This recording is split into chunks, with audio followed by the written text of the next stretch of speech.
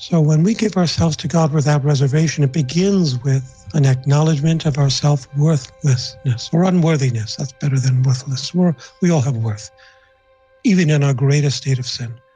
But we have to consider ourselves unworthy of forgiveness, but nonetheless given it, because this is the will of God.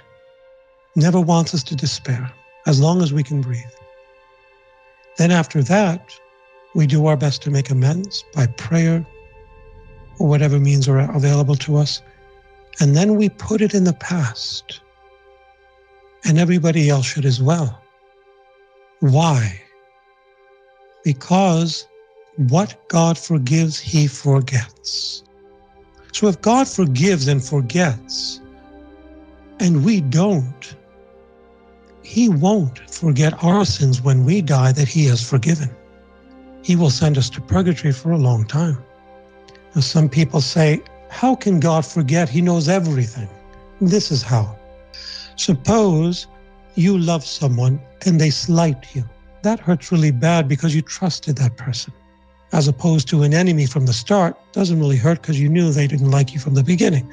But suppose it's a person working for the same cause you're working for, and they betray your trust, turn on you, much like the Jews did with Christ. Suppose that happens. You're hurt. Okay, now what happens? They say, okay, I'm sorry. In egotism, I took 3 steps to my left. Now in humility, I must take 3 steps to my right. You say, okay, thank you, forgiven, forgotten. I can always bring back to my mind that event in a nanosecond.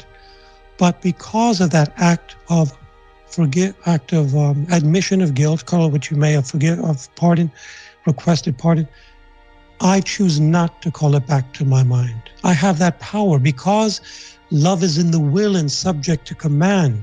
Liking is in the emotions. It does not depend upon, it's not controlled by your will. It exceeds the control of the will. That's why Christ never said like everybody. He said love your enemies.